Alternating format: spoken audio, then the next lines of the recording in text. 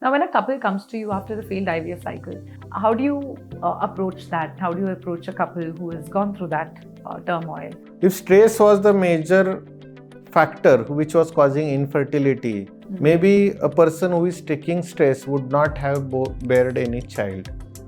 So mostly it is a contributory factor, but not the sole factor responsible for causing infertility. That's also a very big myth, right? Like IVF is only for women with fertility issues. But we know that male infertility plays a huge role. But probably now I will tell you, even IVF says that male fertility is at rise and it has also options to curb that. Can anything be done to improve female fertility in the context of IVF failure? Yeah, it can be. Something what we call it as pre-treatment. Okay. So in that there are some fertility enhancing surgeries.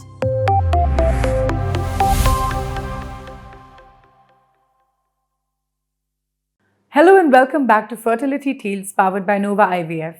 I'm your host Simrat, and today we are talking about one of the hardest parts of this journey. When IVF doesn't work. Why does it fail? What does that mean for couples? And most importantly, how do you hold on to the hope when your dream feels out of reach? To guide us through this conversation, we have Dr. Indraneel Ashok Jadhav from Nova IVF Fertility, Kolhapur, a reproductive medicine specialist who has helped many couples through the ups and downs of IVF. He began his career in 2010 and has fostered 4,000 plus successful IVF pregnancies till now. With his expertise in treating couples who had almost lost hope after repeated IVF failures and in male infertility, he brings both science and sensitivity to this discussion. Doctor, thank you for being with us here today. Thanks. Doctor, when a IVF cycle fails and couples come to you, what is the most common question that they ask you? And has there been a moment that has stayed with you when they come to you after all this disappointment? Yeah, firstly, they are too much disappointed. Maybe more amount of complex questions they have. Primarily, they will ask, first of all, that why they got this disappointment by knowing what went wrong before. Maybe a little hopeful patient may say, like, what we can try next. Or a more calculative patient may say that what might be the success rate in the next IVF cycle. So here we have to understand something, that the previous clinician or previous IVF consultant, if he or she has not given proper realistic expectations that this cycle will turn into, then this becomes a mess. So probably, if I can say, if a woman is less than 35 years, around success rate is 40%. If she is between 36 to 38, it's around 30%. If it is 38 to 40, maybe in 20s, and more than 40, it is less than 10%. But in Indian scenario, if we see, it is a 7 to 10% less due to low technologies available for doing IVF. But still, the problem doesn't end here. Maybe I can counsel her that you should go for IVF cycle as success rates are more. But what means that IVF is successful? To have a baby in the hand, which is called as live birth rate. So if we see technically on scientific basis, if a female undergoes 3 IVF cycles, then the cumulative live birth rate or take home baby rate is 45%. Maybe for 6 IVF cycles, it's 65 to 75%. And lastly, if more than 6 IVF or more than 40 age, I think it is not recommended for her to go further. So this is the complete picture which should be told before going for any IVF. Okay. Mostly one story has stayed with me since long, that probably one patient who had like IVFs at elite centers in Pune and Mumbai, around 5 IVFs she had. She had lost hope. She had adopted a child. She was rearing that child. But due to relatives forcing her to meet me or friends who had got IVF successful from me, she approached me with first a forceful start. So the problem was to convince her to take treatment was the major part. Right. And again, now you know that if she has undergone so much IVF, her age might also be on the higher side. Right. So probably also her previous IVFs were done by donor eggs, and this time probably the call was to take donor eggs. But somehow she came in a moment when there was a new ART law which was coming, and that stated that donor eggs should be routed through a particular government channel. So I was helpless in giving her a donor option. Right. So what next? Now she is ready to take IVF treatment. Cannot go for any donor eggs, but now I have to treat her. So with the proper case evaluation, I started her IVF with less follicles, less eggs, and to my surprise, I got a single embryo which was of good quality. Now the problem with her in previous IVF cycles, why she was not conceived, was her uterine lining, or in other scientific words we can say that it's endometrium. It was very thin. So next step we went for transferring embryos, and 4 or 5 times I started preparing a uterine lining. Somehow it was unsatisfactory. But this was my last chance, this was her last hope, and this was to be successful at any cost. So we resorted to what was called as modified natural cycle, in which with her own eggs to make ready her endometrium is the crux, and that we tried and transferred embryo, and she is now with a successful own gametes, own biological child with multiple IVF failures with the adopted child, and that is a success story which I want to share with you. That's a great, interesting story, how you were able to, how I think her biology also supported the luck that she came to you with, and also your expertise helped her get her offspring. But Doctor, you described about setting realistic expectations from the beginning, and also success rates of how doctors should have that expectation with their patients and have that conversation. Could you tell us a little bit about that? Like, so many patients come to you after having done so many IVF cycles. What is your approach towards that? See, if I can just tell you one simple example, like you are having headache, would you go for an MRI? Probably not. Case, yeah. So there is something what we call it as stepwise escalation of treatment and stepwise escalation of investigation. So probably how we will manage headache. At home, we will prepare a nice good coffee, have coffee, and if your headache is over, then you are fine. Right. Suppose you are not getting right with that, then what you will do, you will approach a local practitioner for taking a tablet. Suppose you take a crocin, still it is not actually going good, then you will approach a medicine doctor, and lastly to a neurologist. And then till then you will go for a MRI, CT scan, and do some invasive surgeries.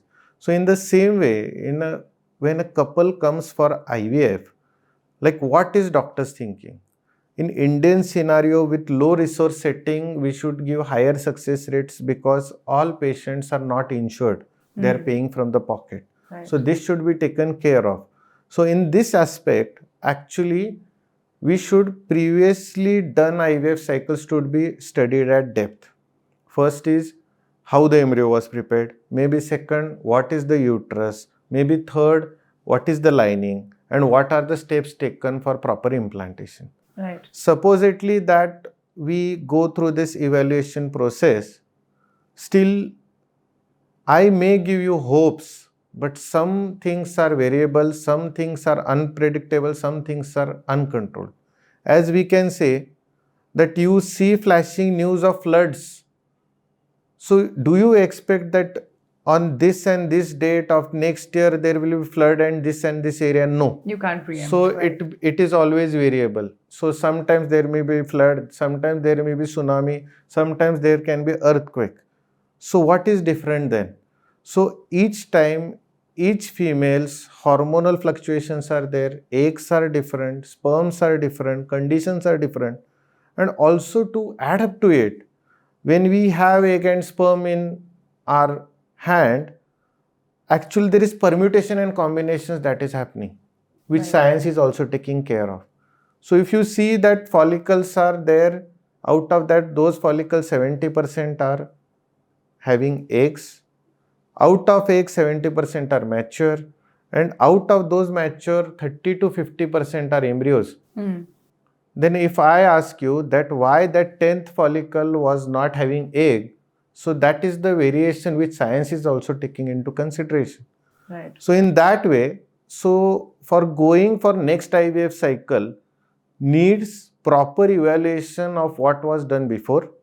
Secondly, what can be added as advanced modality of treatments at each phase. Right. Thirdly, we can say what are the advancements which were not done before. And fourth is most probably and most essential for any patient with failed IVF cycle to know what may be the process in depth, what may incur in terms of commitment to the cycle, maybe how many injections at what time, what is the importance of time, Right. and in that way we should proceed further. Right.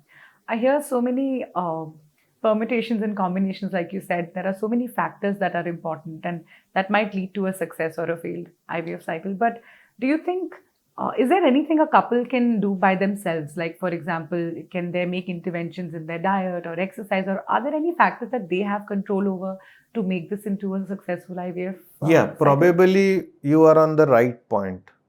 Now you are seeing that with the couples having career oriented approach or late marriages or stressful lifestyle, as we can say, the diet which we expect from a couple, or which is like, these apps are coming, just switch on the mobile and within 10 minutes Easy food is deliveries and delivered. other things, yeah. So these foods are actually lacking what we call it as antioxidants, which are present in fresh fruits and fresh vegetables. So these lack of antioxidants with the combined factors of stress, delayed parenthood, or maybe the lifestyle like excessive smoking or binge drinking with sleep deprivation, these all lead to most probably infertility. So what we can take care is that we can have a healthy diet. Maybe if you are not well versed what qualifies for healthy diet, you can approach any nutritionist. Secondly, lifestyle modification, in which must is at least a 20 minutes aerobics exercise, which may actually boost endorphins, boost positivity, boost positive mindset. And lastly, coming to what makes the most important for causing infertility is sleep. So there is something called as circadian rhythm. As you wake up in the morning, you have your breakfast, you have lunch, you have dinner. So probably the next day you don't have lunch, you feel hungry. Am I right? Right. So that is how your body is accustomed to.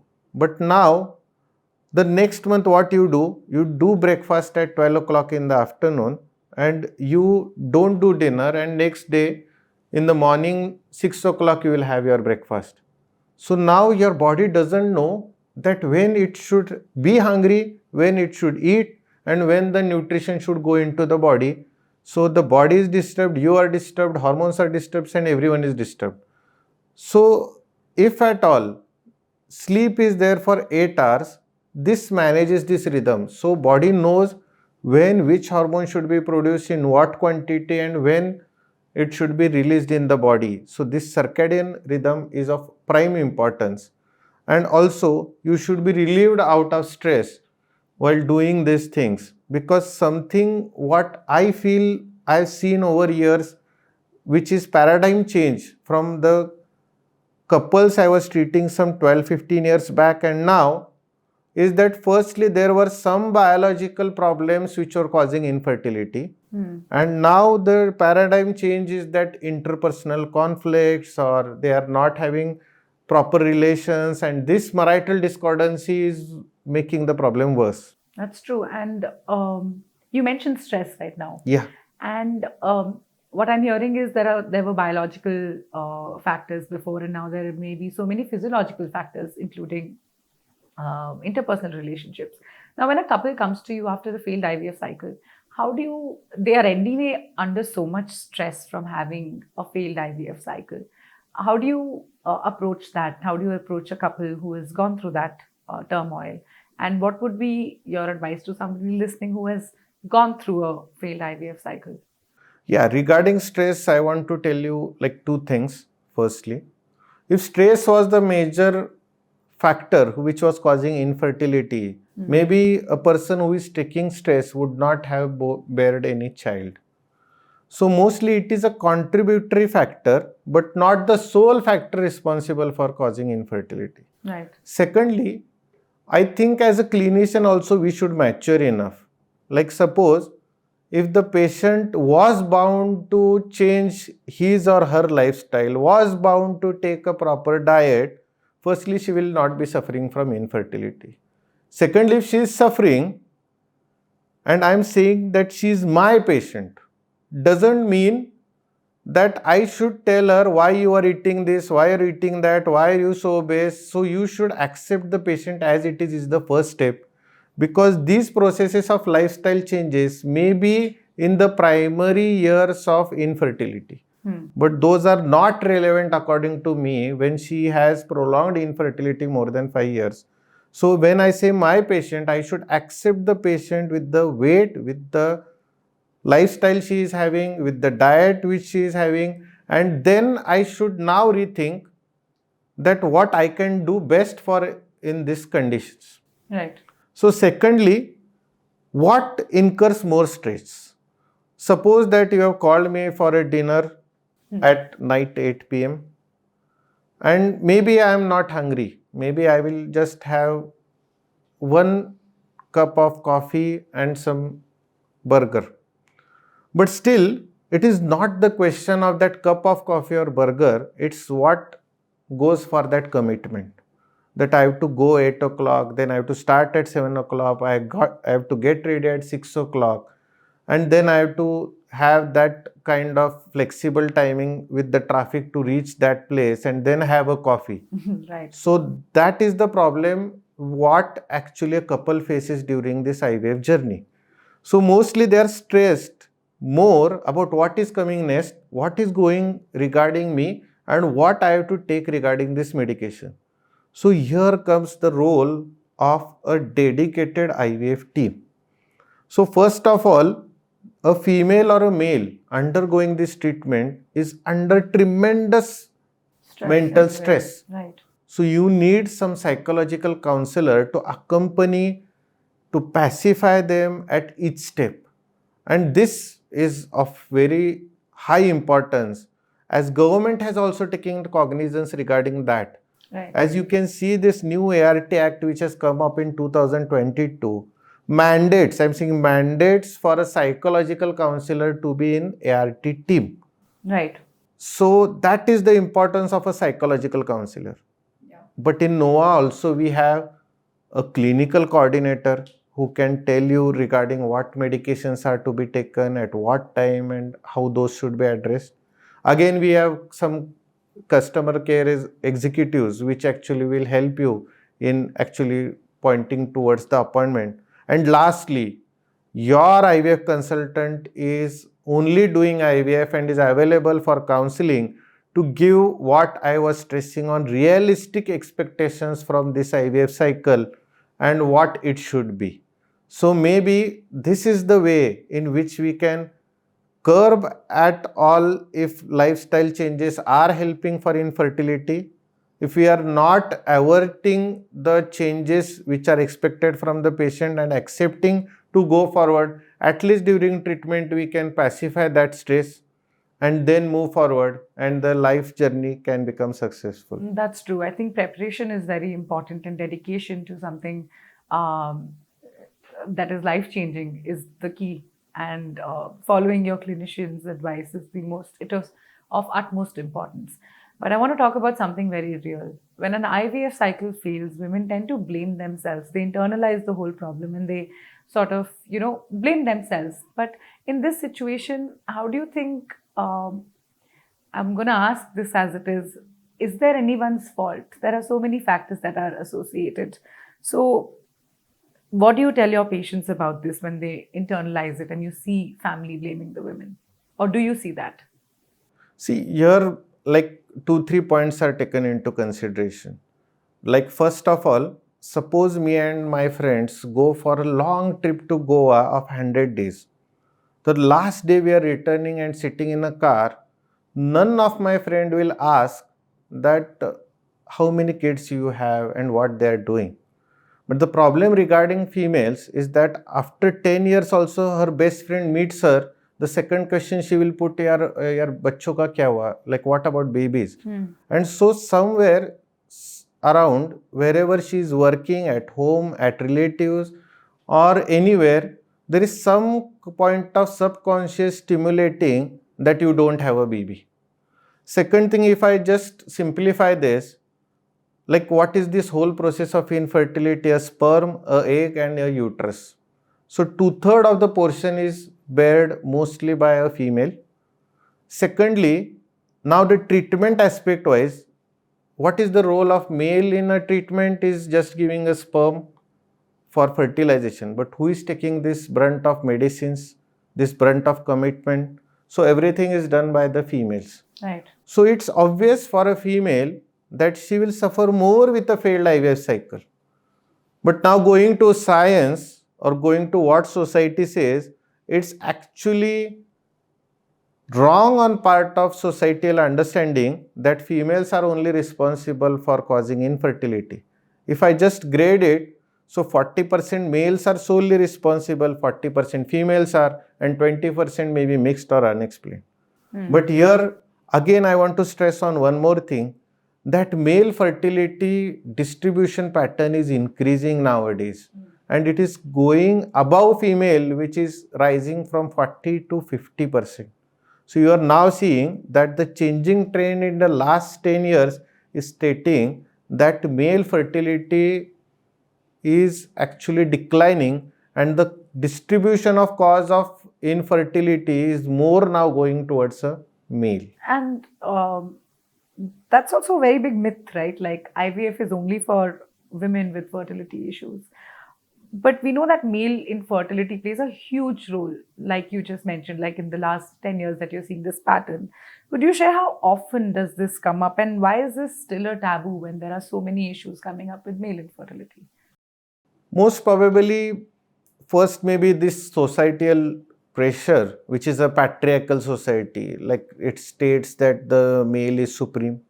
Yes. Maybe second is some misconceptions about masculinity, like there is one like famous dialogue ki mard ko dard nahi hota, so they come in that aura probably. Or this culture and traditions in which our ancestors thought that it was female's problem, and there was openness for a second marriage if she is not conceiving, but not knowing like where is the cause and who is actually the causative factor for causing this infertility. That's true. And lastly, it becomes very difficult for a man to accept that maybe something is wrong with me. But probably now I will tell you, even IVF says that male fertility is at rise, and it has also options to curb that.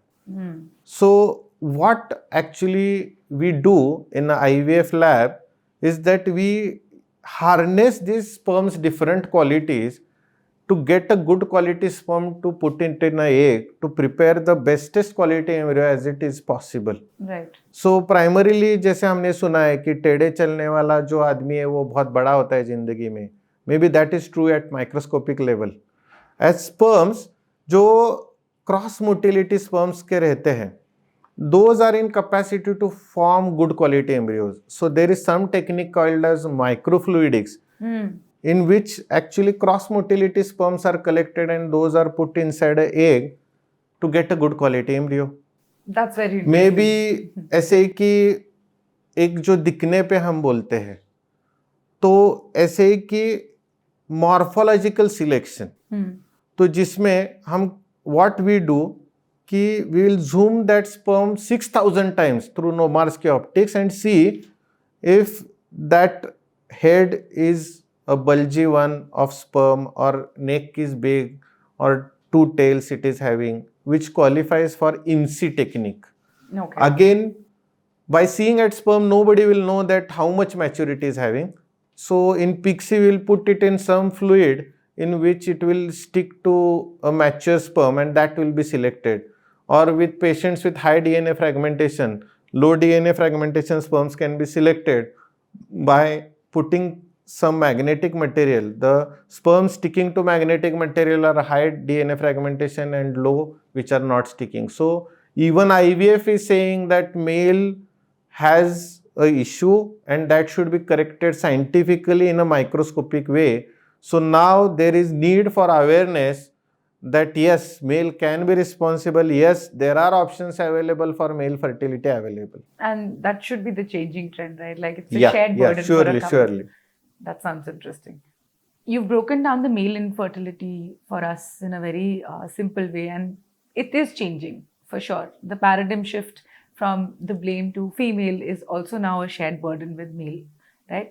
But on the other side, can anything be done to improve female fertility in the context of IVF failure?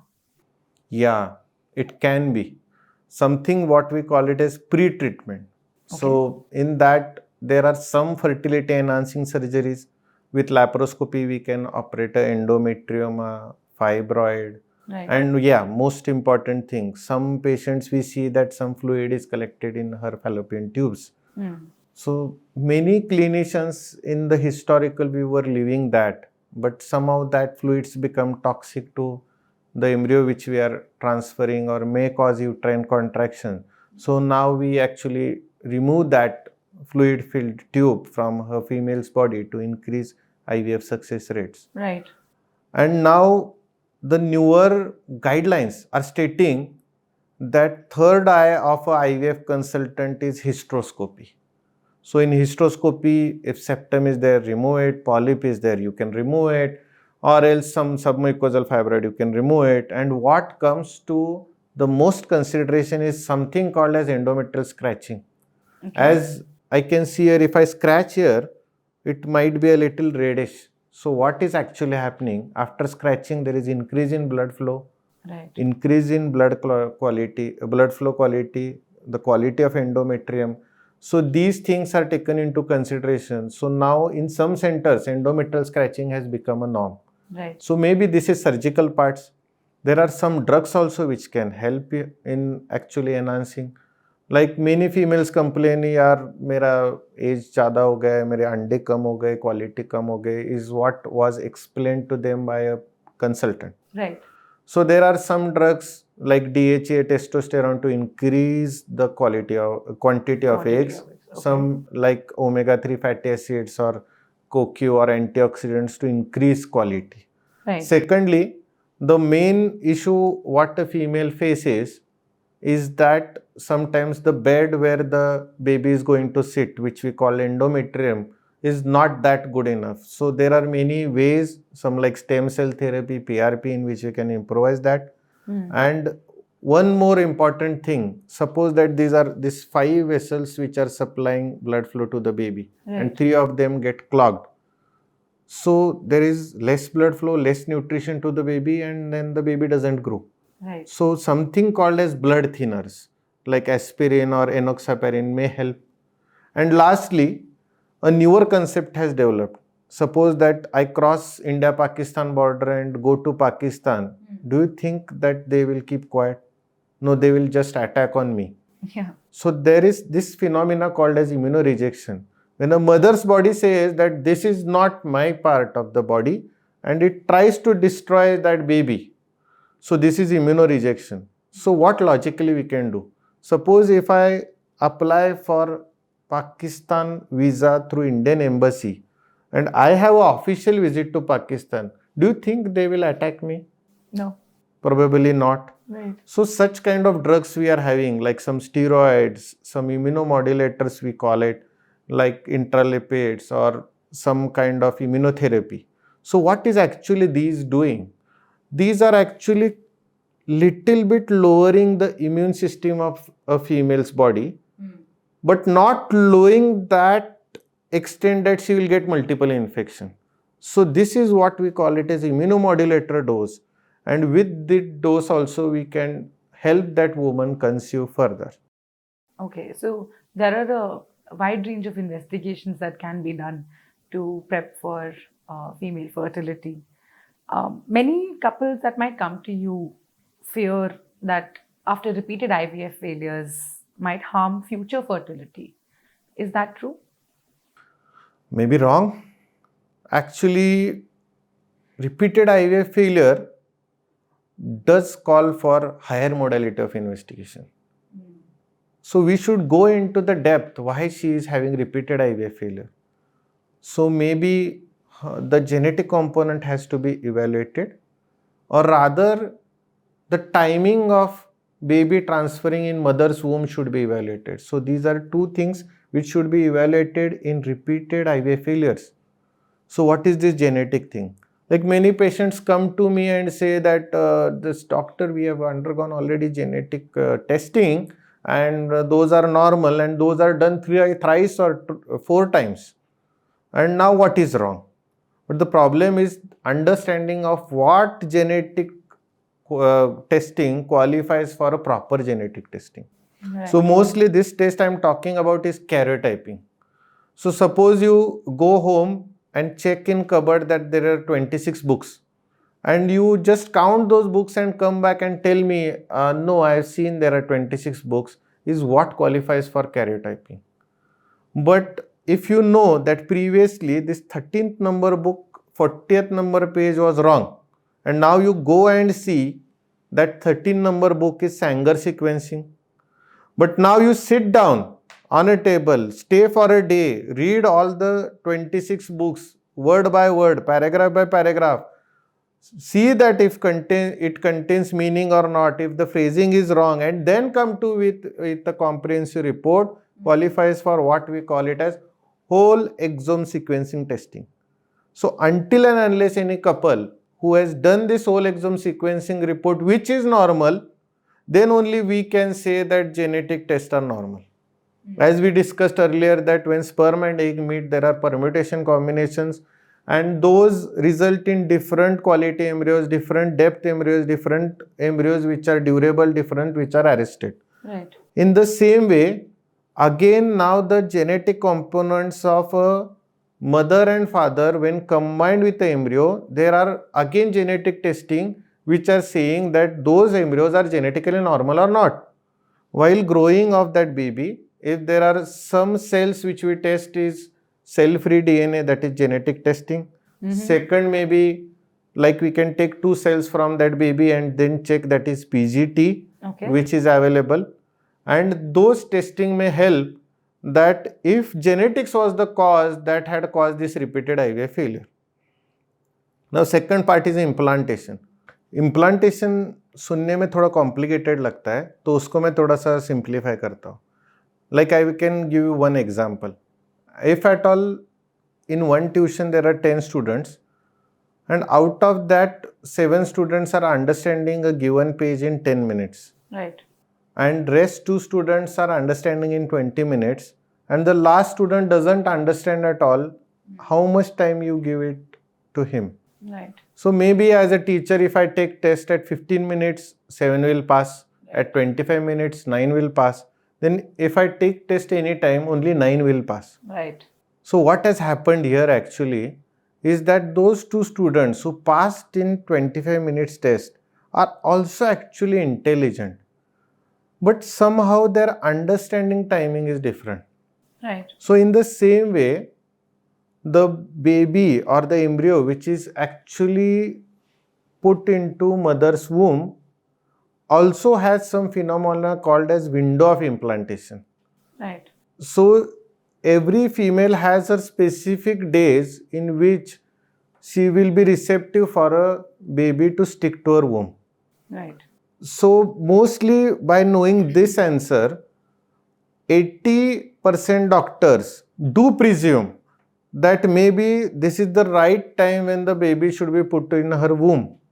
But now we are talking about what? Repeated IVF failures. So here we can take a call. Is she in that 20% who is having some different time in where this embryo should be put in her womb? Right. And that can be done with some test called as ERA test, in which we take some material from the mother's womb, send it for testing, and know like what is actually the time when this baby should be transferred to mother's womb so that she lands up in pregnancy. Okay. There are other causes of repeated IVF failure. Maybe this is outside the purview of what we are talking. Maybe we can individualize it on case-to-case basis. And I'm sure every case will be different, and you Yeah. treat it differently because the investigations that go into it are highly personalized at Nova. I did come across something called as Nova Self Cycle. Could you tell me a little bit about that? Yeah, that is like one point where I want to speak much more about. Maybe if we Google on internet, there are like variable success rate which are shown. Sometimes it may be falsely exaggerated. So why I am saying this is that when we calculate regarding standard success rates, it's with their own egg, own sperm and own biological child. So in metros, if you see, there are 30 to 40% of donor cycle proportion. Right. In tier 2, tier 3 cities, maybe 20 to 25%. But what is it landing up to? A falsely elevated 50 to 70% success rate, which is not actually of their own biological child. Their own gametes. Yeah. Their own gametes. Right. So these are falsely elevated success rates. Then like why then Nova is saying that self-cycle or self-cycle first campaign is that we have firstly, as I told you, dedicated team of expert people who are dealing with the case, and most probably the IVF specialist. So if you see that all over India, pan India, the IVF specialists working at Nova are with the highest level of expertise in which pre-treatment plan can be properly and sensibly designed in a way that the patient gets optimum outputs. Then the stimulation may vary case to case basis, as I told you that individualization of case is important. Right. Then thirdly, our embryologist, oh God, they are just brilliant. If you give them 2 or 3 eggs also, they are in capacity to produce good quality embryos. So their skill set matters. And again, Nova is dedicated in helping couples in such a way that they get the best success rates as per standard success rates of IVF industry. So here what they do, updation of the advancements. So as you can see here, now Nova is actually using what we call it as precise embryo selection. In another way, if I can tell you, suppose that you are hiring for a job. You get 2 candidates of the same qualification. Now, how you can judge that which candidate is better? Then what you look into? The credentials. How many attempts he or she took? Right. What was the percentage? How much distinction she is having? And how was she critically acclaimed at all stages in her education career? So in the same way, there is something called as time-lapse imaging, in which if I have 5 embryos and which one is better of these 5, there is a time-lapse imaging system or AI selection system which will tell that what was the time of division, it was congruence or not, and all this they will produce a report card as you see for the interview. And that report card marks will directly tell you that this is the best embryo. Right. Again, now we are shifting to what we call it as single embryo transfer, because as naturally happens, a single pregnancy goes till 9 months, and for twins there are complications. So in a better way, only one baby is put in womb and one baby goes till the end, and that is actually increasing what I was talking at the first of this episode, live birth rate. Right. So here we are choosing the best embryo and putting the best embryo and getting the best results. And our Nova team is confident that for self cycle, which I told you that our Indian percentage is lagging 7 to 10% of the standard success rate. Right. But at Nova, we are precisely maintaining that success rate with the best industry standards.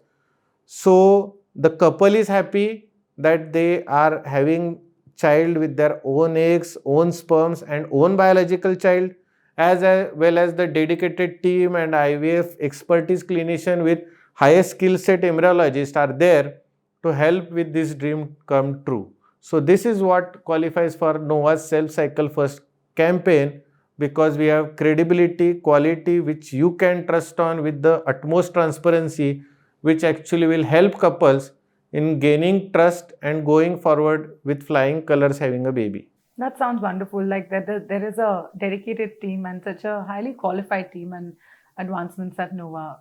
And finally, Doctor, if there's one message you'd like to leave for someone who has gone through IVF failure recently or feels completely alone, what would be your message and what would be your thoughts for them? Yeah, recently I had a patient who had 8 times IVF fail. 8 You times. can just imagine like the amount of courage, the amount of positivity she needs to undergo 9th IVF. That's true. But it was successful. So here we can see that suppose if you are giving a first standard exam, it is very easy, but for going for UPSC, it's very difficult. So in the same way, if we compare that a student scoring 70% marks and a student who wants to be topper of class needs the same amount of effort till 70% to climb from 90 to 91%. So that much amount of dedication we require, and maybe that 1% may make yes to a no. So what my message will be, a little more persistence, a little more effort may actually turn failure into a glorious success story. And don't lose hope. There are technologies coming, there are expertise coming, the variations are there, and most probably one day you will end up with a healthy baby, is what a promise I want to give you. Thank you so much, Doctor. I think you've been able to break this down for us, giving us such examples with such clarity and compassion. Thank you for being with us here today. Thanks a lot for inviting me. Thank you. To all our listeners, if you're here because you've gone through a failed IVF, please know this: you are not alone. IVF failure does not define you and does not mean your story is over. Every couple's path is different, and sometimes the detours lead to the most beautiful destinations. At Fertility Tales, we want to remind you that your tears, your strength, and your hope, they all matter. And while IVF is a medical process, it is also deeply human. You deserve both the science and the support. And here's a thought I want to leave you with. Sometimes it's not about how many times you've tried, but also about where and with whom you try. The right expertise and the right approach can make all the difference. That's all for today's episode. I'm Simrat, and I'll see you in the next one, where we'll continue to share stories, bust myths, and walk this road together. Until then, take care, keep the hope alive.